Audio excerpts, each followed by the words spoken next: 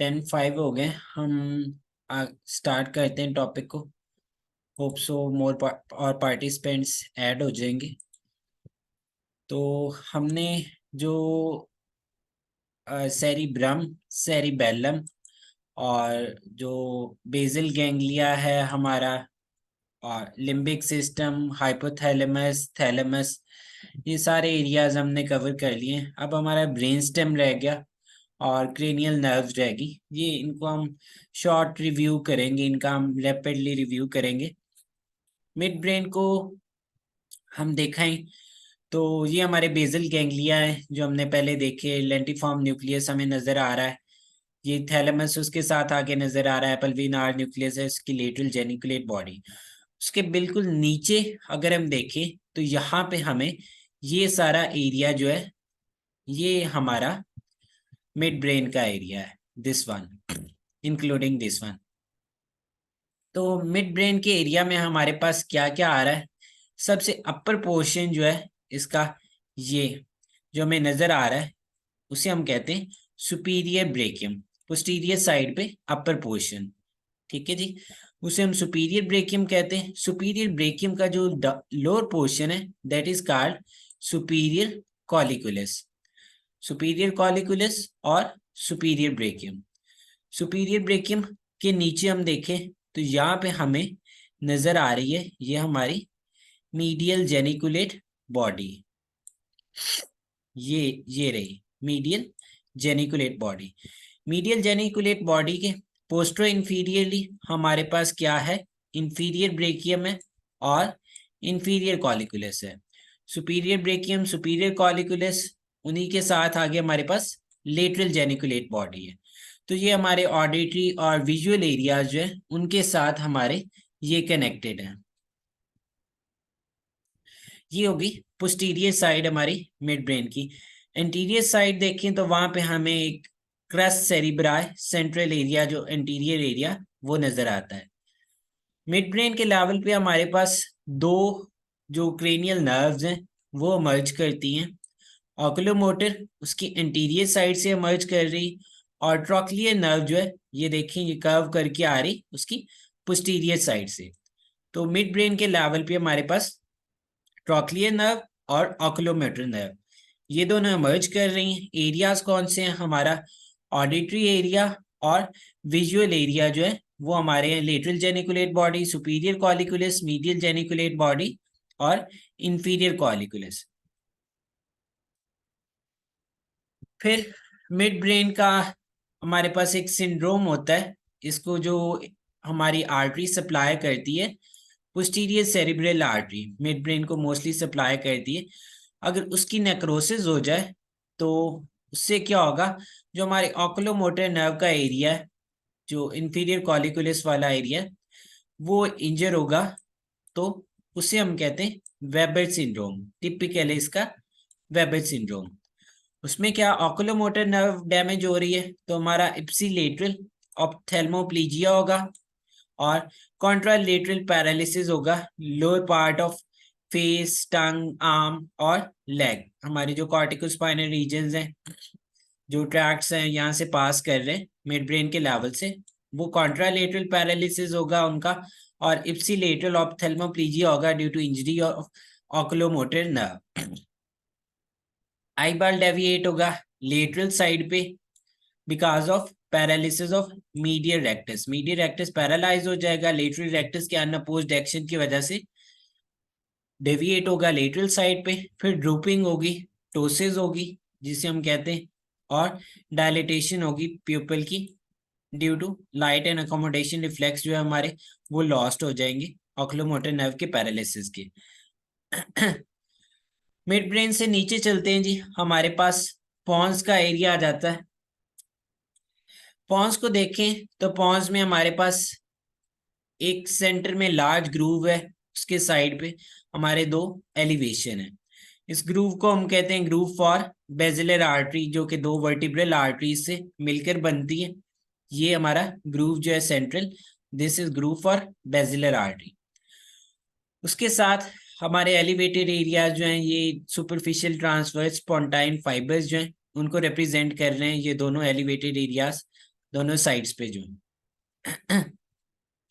अब पॉन्स से हमारी जो नर्व्स है वो कौन सी निकल रही हैं, यहाँ पे ये एलिवेटेड एरियाज में सुपरफिशियल ट्रांसफर स्पॉन्टाइन फाइबर्स भी हैं, और एक और चीज जो इंपॉर्टेंट होती है वो हमारा फेशियल कॉलिकुलस पड़ा होता है।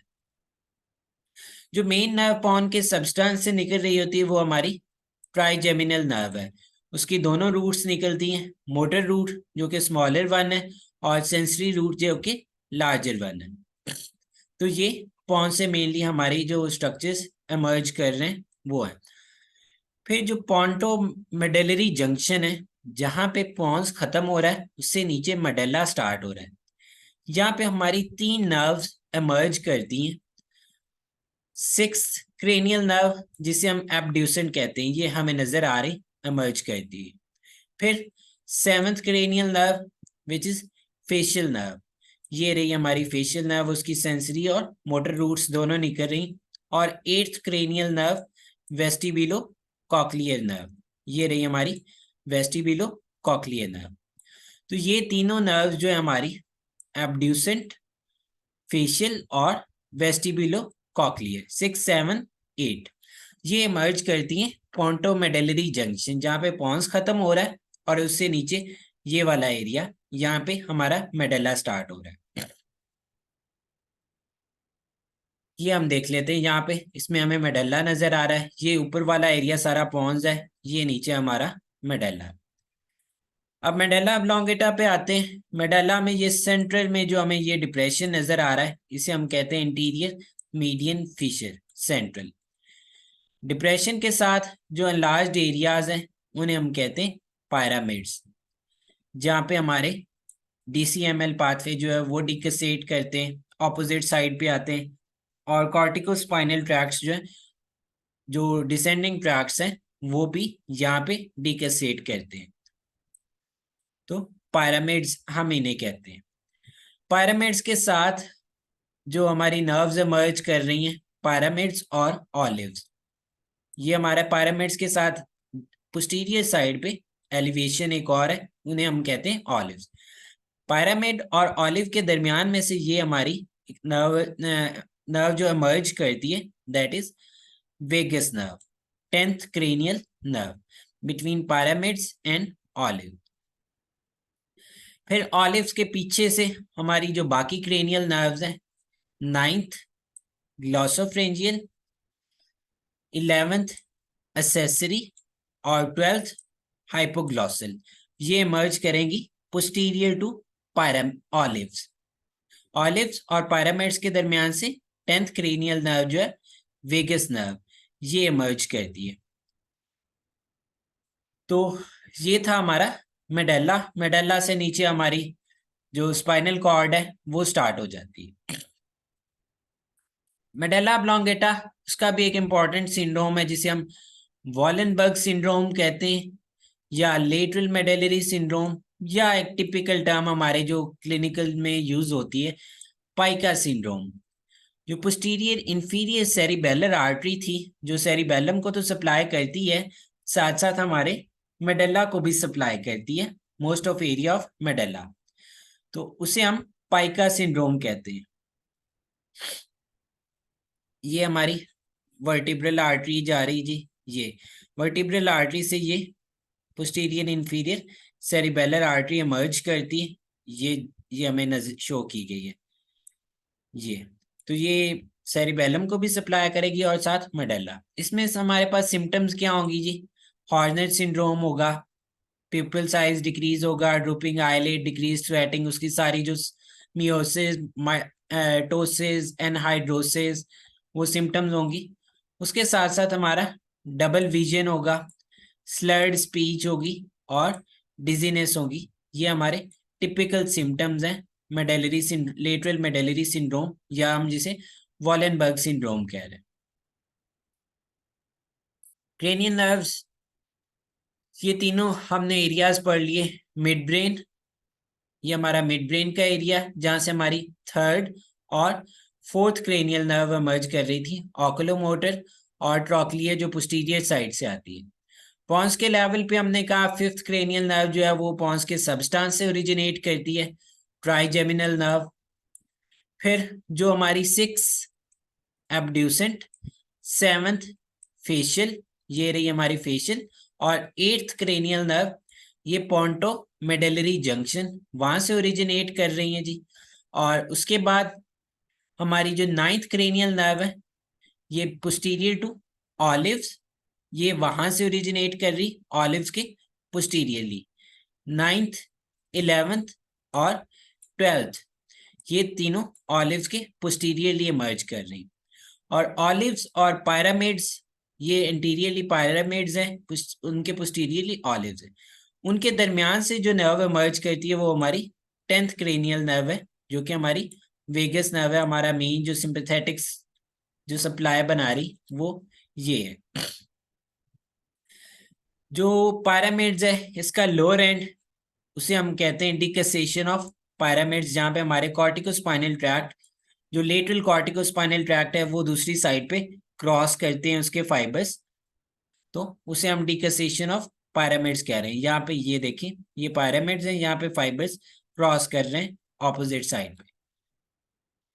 तो ये हमारा ब्रेन स्टेम हो गया, mid brain, pons, medulla, cranial nerves का हमने डिस्कस कर लिया, कौन सी क्रेनियल नर्व कहाँ से इमर्ज कर रही है। क्रेनियल नर्व्स के बाद हमारी स्पाइनल नर्व्स हैं जी। उसका हम डिटेल में तो नहीं जाएंगे, बस ये देखेंगे कि स्पाइनल नर्व बनती कैसे है।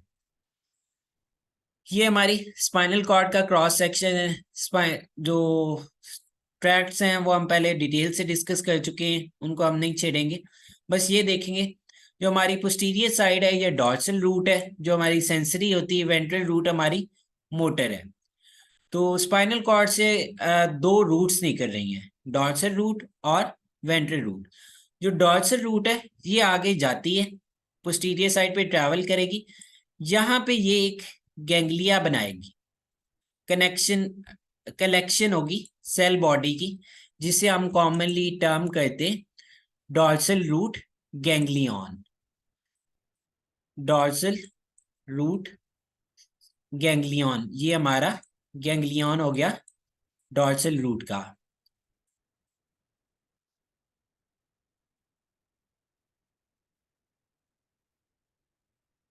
उसके बाद डॉर्सल रूट और वेंट्रल रूट, ये दोनों एक जगह पे इकट्ठी हो जाती हैं। जहां पे इकट्ठी होंगी उस एरिया को हम बोल देंगे ये हमारी स्पाइनल नर्व है जी। तो ये हमारी होगी स्पाइनल नर्व। अब स्पाइनल नर्व से फिर आगे दो पार्ट्स निकलते हैं। अब जो दो पार्ट्स निकल रहे, इसमें हमारी दोनों रूट्स होंगी, डॉर्सल रूट भी होगी और वेंट्रल रूट भी होगी, मोटर भी होगा और सेंसरी भी। वो दोनों पार्ट्स, उन्हें हम कहते हैं डॉर्सल रेमस और वेंट्रल रेमस। ये आगे फिर डिफरेंट एरियाज में सप्लाई करते हैं, फ्लेक्सर और एक्सटेंसर एरियाज को जो सप्लाई कर रहे हैं लिम्स के, और बाकी एरियाज। याद रखें जो रेमाए हैं उनमें दोनों सेंसरी और मोटर दोनों रूट्स आ रही हैं, जबकि जो रूट्स है इसमें डॉर्सल रूट में सेंसरी फाइबर्स हैं और वेंट्रल रूट में बस मोटर फाइबर्स है। जो वेंट्रल रेमस है उसे हम आगे फर्दर टू में डिवाइड करते हैं, ग्रे रेमस और वाइट रेमस। तो ये थी हमारी स्पाइनल नर्व। अब एक जो इम्पोर्टेंट क्रेनियल नर्व लीजन है वो हम डिस्कस करेंगे फेशियल नर्व का। बाकी क्रेनियल नर्व्स के हर एक के फिर आगे फर्दर लीजन है, बहुत ज्यादा डिटेल में हम नहीं जाएंगे। जो फेशियल नर्व का है वो सबसे ज्यादा इंपॉर्टेंट है, सबसे ज्यादा रिपीटेड है। टू टाइप्स का लीजन है जी, अपर मोटर न्यूरॉन लीजन और लोअर मोटर न्यूरॉन जो दूसरा हमारा। ये हम पहले देख चुके हैं कि अपर मोटर न्यूरॉन कहाँ तक है, जो हमारे सेरेब्रल कॉर्टेक्स से आते हैं स्पाइनल कॉर्ड तक जो न्यूरॉन्स आ रहे हैं उन्हें हम कहते हैं अपर मोटर न्यूरॉन्स। और स्पाइनल कॉर्ड से आगे जो अफेक्टर ऑर्गन्स हैं उन्हें हम कहते हैं लोअर मोटर न्यूरॉन्स। अपर मोटर न्यूरॉन का लीजन होगा तो क्या होगा, हमारे जो ऑपोजिट साइड है, कॉन्ट्रालेटरल साइड, फॉर एग्जांपल अगर राइट साइड का डैमेज है तो कॉन्ट्रालेटरल साइड के लोअर हाफ का पैरालिसिस होगा। ये मोटर कॉर्टेक्स से आ रहे हैं फाइबर्स, जो लेटरल कॉर्टिकोस्पाइनल ट्रैक्ट वाले फाइबर्स हैं वो हमें पता है ऑपोजिट साइड पे क्रॉस कर जाते हैं, डिकसेट कर जाते हैं। ठीक है जी। कुछ फाइबर्स ऑपोजिट साइड से आ रहे हैं, जो एंटीरियर कॉर्टिकोस्पाइनल वाले हैं वो अपर एरिया ऑफ फेस को सप्लाई कर देते हैं, जो नीचे जा रहे हैं वो हमारे डैमेज होंगे, जो लेटरल साइड से आ रहे हैं। तो इसमें क्या होगा, अपर मोटर न्यूरॉन लीजन में हमारे पास टिपिकल होते हैं लॉस ऑफ नेजोलेबियल फोल्ड होता है और drooping of mouth. Opposite side के कॉन्ट्रालेटरल साइड का lower part of face affected होता है। हमारा माउथ का एंगल जो है वो खराब हो जाएगा और नेजोलेबियल फोल्ड बस खराब होगा, बाकी सारी चीजें इंटेक्ट रहेंगी। ये हो गया हमारा अपर मोटर न्यूरॉन लीजन। जो लोअर मोटर न्यूरॉन लीजन है वो ये फेशियल कॉलिकुलस जो हमारा था पॉन्स के लेवल पे, वहां पे नहीं है, वो नीचे स्पाइनल कॉर्ड से आगे जो हमारा डैमेज हो रहा है वहां पे है। तो लोअर मोटर न्यूरॉन लीजन में क्या है, उसी साइड का पैरालिसिस होगा। अपर मोटर न्यूरॉन में कॉन्ट्रालेटरल साइड थी, उसी साइड का पैरालिसिस होगा और पूरे फाइबर्स डैमेज होंगे, अपर पार्ट के भी और लोअर पार्ट ऑफ फेस के भी। इसमें क्या होगा, इसमें सारा एरिया अफेक्टेड होगा। Upper part of face affect होगा तो फोरहेड की रिंकलिंग हमारी चली जाएगी, आईब्रोज की लिफ्टिंग चली जाएगी, आईलिड्स ड्रॉप कर जाएंगे जिसे हम टोसिस कहते हैं, इनएबिलिटी टू क्लोज आईज होगा, हमारा लिवेटर पैल्पेब्री सुपीरियोरिस डैमेज होगा तो हमारी आईज की क्लोजर इनएबिलिटी भी होगी। उसके साथ साथ ये दो सिम्टम्स भी इसमें भी आएंगी, नेजोलेबियल फोल्ड, हमारा ये जो फोल्ड है ये खत्म हो जाएगा और एंगल ऑफ माउथ जो है वो ड्रॉप कर जाएगा। साथ और क्या होंगी, लैक्रिमेशन वो खत्म हो जाएगी, सेंस ऑफ टेस्ट, वो हमारा जो कॉर्डा टिम्पनाइस की ब्रांच है जो एंटीरियर 2/3 ऑफ टंग को सप्लाई करती है फेशियल नर्व की, वो भी डैमेज होगी तो एंटीरियर 2/3 ऑफ टंग में टेस्ट सेंसेशन भी जाएगी। ये जो हमारा लोअर मोटर न्यूरॉन लीजन है इसे हम कहते हैं जी, क्या कहते हैं, जो हमारा कॉमनली पूछा जाता है बेल्स पाल्सी। जो बेल्स पाल्सी है वो हमारा ये लोअर मोटर न्यूरॉन लीजन है। ये थोड़ा सा फ्लू हुआ है उसके लिए सॉरी। तो ये हो गया हमारा फेशियल नर्व के दोनों lesion, upper motor neuron lesion और lower motor neuron lesion which is also called Bell's palsy. अभी हम ऑटोनॉमिक नर्वस सिस्टम पे आ जाते हैं कि ऑटोनॉमिक नर्वस सिस्टम के क्या क्या इफेक्ट्स होंगे बॉडी पे। सिंपैथेटिक एक्शन क्या होगा, पैरासिम्पैथेटिक एक्शन होगा, ब्रीफ ओवरव्यू करते हैं टेबल के थ्रू। आई में कहाँ पे इफेक्ट होता है, प्यूपल और सिलरी मसल पे। सिंपैथेटिक एक्शन होगा तो प्यूपल डायलेट करेगा और सिलरी मसल हमारे रिलैक्स करेंगे ताकि हम ज्यादा डिटेल तक व्यू कर सकें। पैरासिम्पैथेटिक में हमारा प्यूपल कॉन्स्ट्रिक्ट करता है और सिलरी मसल भी कॉन्स्ट्रिक्ट कर जाते हैं। ग्लैंड्स में सिंपैथेटिक एक्शन में सेक्रीशंस हमारी कम हो जाती हैं due to vasoconstriction of blood vessels, और पैरासिम्पैथेटिक में चूंकि हमारी डाइजेशन इंक्रीज होती है तो हमारी सेक्रीशंस भी इंक्रीज हो जाएंगी। हार्ट में क्या होगा जी, पैरासिम्पैथेटिक एक्शन हमारे जो रिसेप्टर्स हैं कार्डिक मसल उनकी फोर्स ऑफ कंट्रैक्शन इंक्रीज करवाएगा। उसके साथ साथ जो बीटा रिसेप्टर्स हैं वो डायलेट होंगे और अल्फा रिसेप्टर्स जो है वो कॉन्स्ट्रिक्ट होंगे। ये कोरोनरी आर्टरीज में होगा to increase blood flow. Parasympathetic action क्या होगा, फोर्स ऑफ कंट्रैक्शन हमारी कम हो जाएगी हार्ट में। लंग्स में बिल्कुल ऑपोजिट होता है, सिंपैथेटिक जो है वो रिलैक्सेशन करवाता है और पैरासिम्पैथेटिक जो है वो कॉन्ट्रैक्शन करवाता है, ब्रोंकाई की कॉन्स्ट्रिक्शन करवाता है। ब्रोंकियल सेक्रीशन जो है वो पैरासिम्पैथेटिक इंक्रीज करेगा। इसी के साथ साथ जो ब्रोंकियल आर्टरीज हैं उनको सिंपैथेटिक कॉन्स्ट्रिक्ट करवाएगा और पैरासिम्पैथेटिक डायलेट करेगा। जो ब्रोंकियल मसल है इसमें ऑपोजिट एक्शन होता है। जीआई में जी जो सिंपैथेटिक है वो हमारी पेरिस्टालसिस कम करता है, ब्लड फ्लो जीआई से कम करता है, हमारे पेरिफेरल एरियाज में ज्यादा करता है। इसी तरह हमारे स्फिंक्टर कॉन्ट्रैक्ट हो जाएंगे, सेक्रीशंस रिड्यूस हो जाएंगी सिंपैथेटिक में। पैरासिम्पथेटिक जो हमारा रिलैक्सिंग मोड है, इसमें क्या होगा, हमारी डाइजेशन ज्यादा होगी, पेरिस्टालसिस इंक्रीज होगी, स्फिंक्टर्स रिलैक्स होंगे, सेक्रीशंस ज्यादा होंगी। लिवर में सिंपथेटिक एक्शन में चूंकि हमें एनर्जी ज्यादा चाहिए, तो लिवर में क्या होगी, ग्लाइकोजन ब्रेक डाउन होती है। गाल ब्लैडर क्या होता है, सिंपथेटिक एक्शन में रिलैक्स होता है। और पैरासिम्पथेटिक में चूंकि हमें डाइजेशन ज्यादा हो रही, तो गाल ब्लैडर कॉन्ट्रैक्ट करेगा टू रिलीज जो बाइल है उसको रिलीज करने के लिए। इसी की कॉन्टिन्यूएशन है। जो सिंपथेटिक है वो क्या करेंगे, किडनीज में आउटपुट डिक्रीज करेंगे due to constriction of arteries. Urinary bladder में क्या होगा, सिंपथेटिक में हमारा डेट्रूजर रिलैक्स करेगा और स्फिंक्टर्स हमारे कॉन्ट्रैक्ट करेंगे टू प्रिवेंट मिक्चुरेशन। सिंपथेटिक में उसके ऑपोजिट होता है, डेट्रूजर कॉन्ट्रैक्ट करता है ताकि फ्लो ज्यादा और मिक्चुरेशन रिफ्लेक्स को जनरेट करने के लिए, और स्फिंक्टर्स रिलैक्स करते हैं जो मिक्चुरेशन रिफ्लेक्स के लिए। इरेक्टाइल टिश्यू जो पीनिस और क्लाइटोरस का है, उस पे पैरासिम्पथेटिक एक्ट करता है, वो रिलैक्स करता है और साथ उसकी इरेक्शन करवाता है। जब रिलैक्सेशन होती है तो ब्लड फ्लो ज्यादा होता है, उससे हमारी इरेक्शन होती है। इजैकुलेशन है, उसमें हमारा जो सिंपथेटिक है वो एक्ट करता है, कॉन्ट्रैक्शन करवाता है स्मूथ मसल्स की।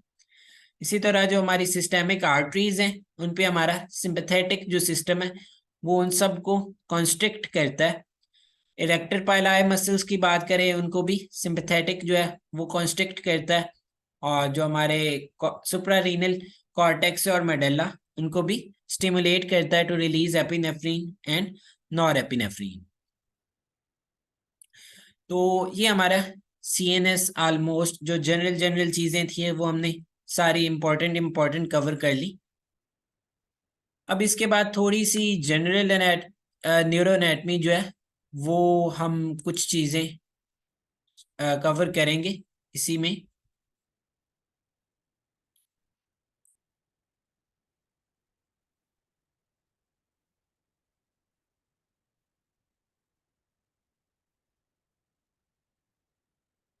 जनरल न्यूरो एनाटमी में हमारे पास ये चीजें रह गई थी जी, न्यूरॉन्स की क्लासिफिकेशंस। न्यूरॉन्स को अगर हम क्लासिफाई करें तो हम टू टाइप्स के लिहाज से क्लासिफाई करते हैं। एक उसकी मॉर्फोलॉजी, मॉर्फोलॉजी उसमें हमारे नंबर, लेंथ और मोड ऑफ ब्रांचिंग आ जाती। और दूसरा हमारा साइज ऑफ न्यूरॉन आ जाता है कि न्यूरॉन का साइज कितना है। मोस्टली जो हम क्लासिफिकेशन देखते हैं वो हम ये वाली देखते हैं, नंबर, लेंथ और मोड ऑफ ब्रांचिंग, जो मोस्ट कॉमनली यूज होती है हमारी। इसमें हम थ्री टाइप्स में कॉमनली डिवाइड करते हैं न्यूरॉन्स को, यूनिपोलर, बायपोलर और मल्टीपोलर। यूनिपोलर में क्या है, सिंगल न्यूराइड है जो आगे डिवाइड होता है short distance of from cell body. इसकी हम एग्जांपल देखना चाहें तो ये हमारे पास यूनिपोलर न्यूरॉन है, सिंगल न्यूराइड है, सेल बॉडी से हमारा एक्सॉन निकल रहा है दोनों एंड्स पे, और एक्सॉन से आगे हमारे एंड पे डेंड्राइट्स निकल रहे हैं। तो ये हमारा यूनिपोलर न्यूरॉन है। बाइपोलर में देखा जाए तो सिंगल न्यूराइड है जो emerges from either end of cell body, cell body की किसी भी साइड से वो इमर्ज कर सकता है। बाइपोलर में यहां से एक साइड से इमर्ज कर रहा था, ये देखें इस साइड से या इस साइड से, यहाँ पे क्या है, दोनों साइड से इमर्ज कर रहा है, इसे हम कहते हैं बाइपोलर न्यूरॉन। इसमें एक्सॉन्स जो है वो दोनों साइड से, और एक्सॉन्स के एंड पे हमारे डेंड्राइट्स आ रहे हैं। जो मल्टीपोलर है, थर्ड टाइप है हमारे पास ये, उसमें एक एंड से एक्सॉन निकल रहा है और दूसरे एंड से मल्टीपल डेंड्राइट्स निकल रहे हैं। This is multipolar neuron, many dendrites and one long axon. तो ये हमारे पास तीन मेन टाइप्स हैं। अक्सर औकात चौथी एक सूडो यूनिपोलर भी लिखी होती है, वो यूनिपोलर की आगे मॉडिफिकेशन है। यूनिपोलर न्यूरॉन्स हमारे कहाँ पे हैं, ये जी पोस्टीरियर रूट गैंग्लियन, अभी हमने स्पाइनल नर्व का देखा, पोस्टीरियर रूट पे गैंग्लिया बनता है वहां पे। बाइपोलर हमारे जो रेटिना है, सेंसरी कॉकलिया और वेस्टिबुलर गैंग्लिया, ये सिर्फ इन एरियाज में। और बाकी सारे जो हमारे फाइबर ट्रैक्ट्स हैं ब्रेन के और स्पाइनल कॉर्ड के, वहां पे हमारे जो मोस्टली न्यूरॉन्स हैं वो मल्टीपोलर न्यूरॉन्स हैं। दूसरी दूसरी क्लासिफिकेशन देखें तो वो हम साइज के लिहाज से देखते हैं। एक को हम गोल्जी टाइप 1 कह देते हैं and second is Golgi type 2। Golgi type 1 में क्या है, सिंगल लॉन्ग एक्सॉन होता है, जबकि गोल्जी टाइप 2 में शॉर्ट एक्सॉन है और उसके साथ डेंड्राइट्स हैं दैट रिजेंबल्स अ स्टार। इनके हम देख लेते हैं ये क्या है। ये हमें जी ये नजर आ रहा है गोल्जी टाइप 1, जो हमारे मोस्टली पिरामिडल न्यूरॉन्स हैं।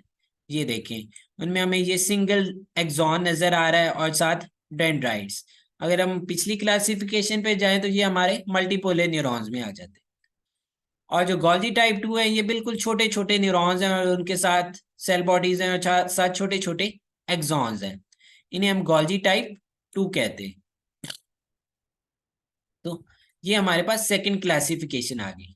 मोस्ट प्रोमिनेंट जो है, मोस्ट डोमिनेंट, वो हमारे पास गोल्जी टाइप 1 है, जो हमारे पास ब्रेन की और स्पाइनल कॉर्ड के सारे ट्रैक्ट्स में है। गोल्जी टाइप 2 है वो सिर्फ कॉर्टेक्स के एरियाज में शॉर्ट इंफॉर्मेशन के लिए यूज होते हैं, सेरिब्रल एंड सेरिबेलर कॉर्टेक्स में। आगे चलते हैं, नर्व फाइबर्स पे आ जाते हैं।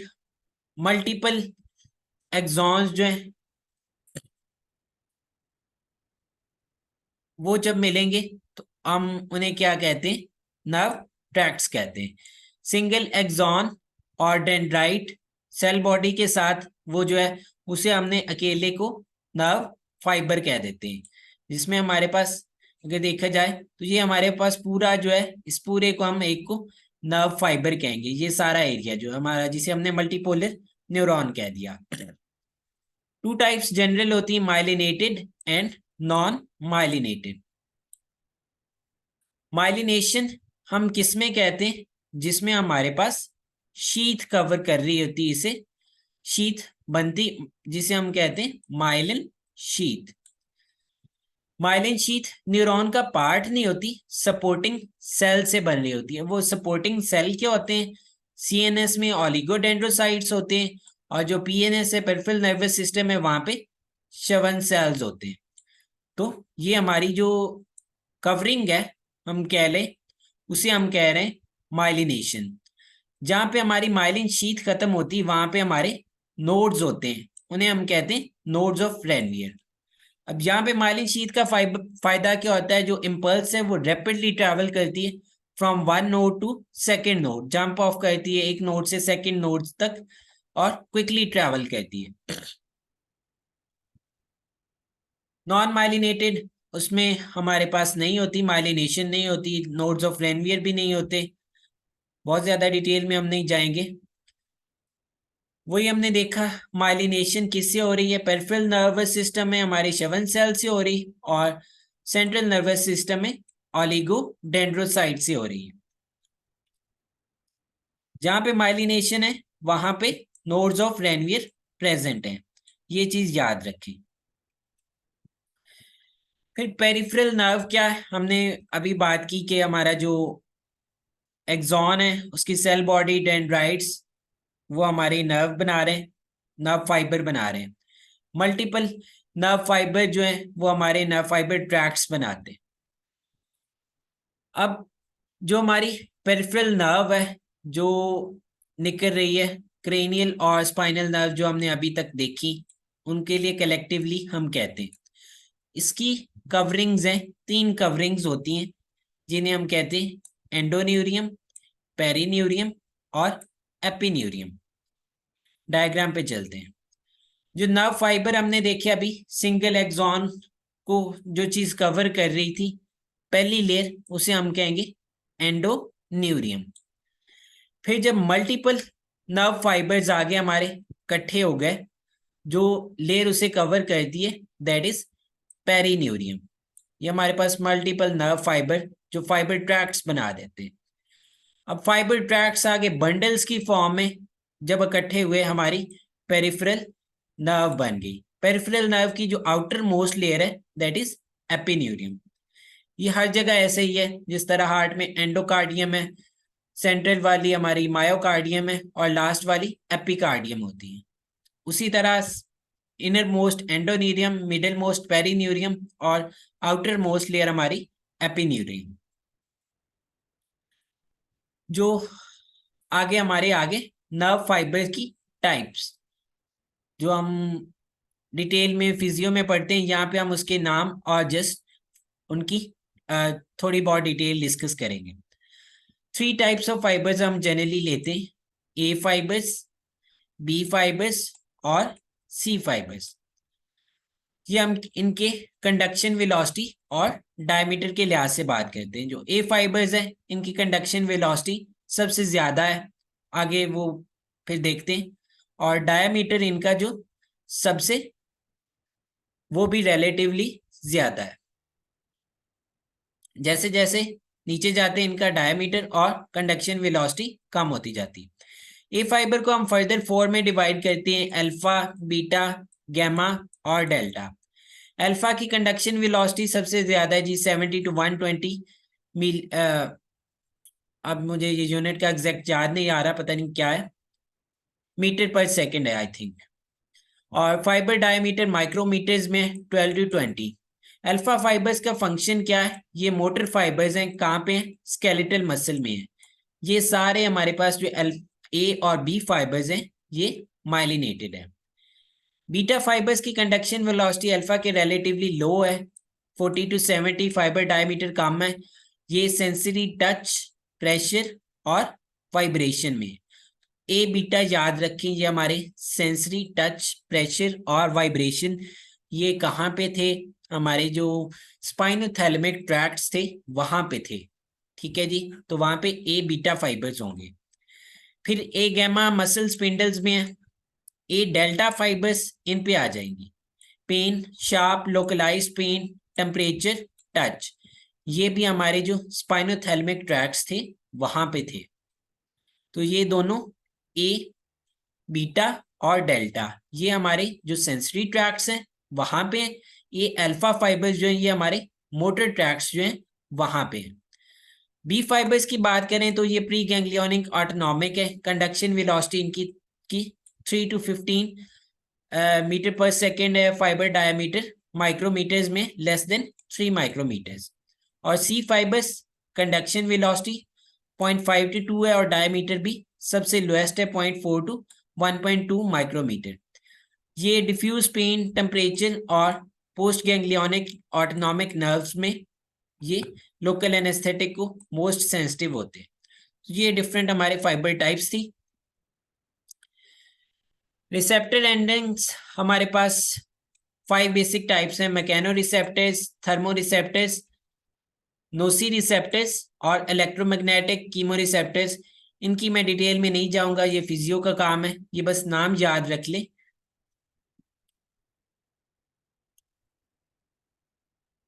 अफेक्टेड एंडिंग्स जहां पे हमारे मोटर न्यूरॉन्स टर्मिनेट कर रहे हैं, स्केलेटल, स्मूथ, कार्डिक, ये हमारे अफेक्टेड एंडिंग्स है। फिर हमारा मोटर एंड यूनिट, ये जहाँ पे हमारे जो lower motor neuron spinal cord से आ रहे थे जी, उसे हम मोटर यूनिट कहते हैं।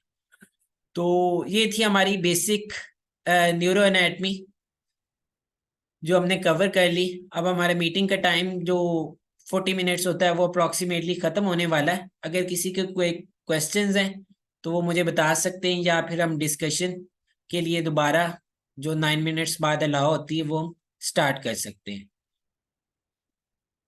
जी, यहाँ तक किसी का कोई क्वेश्चन?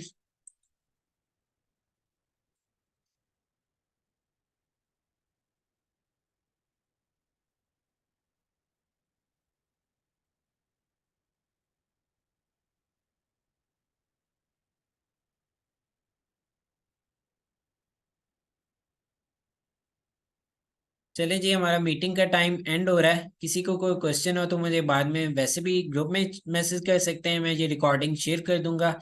अगर डिस्कशन की ज़रूरत हो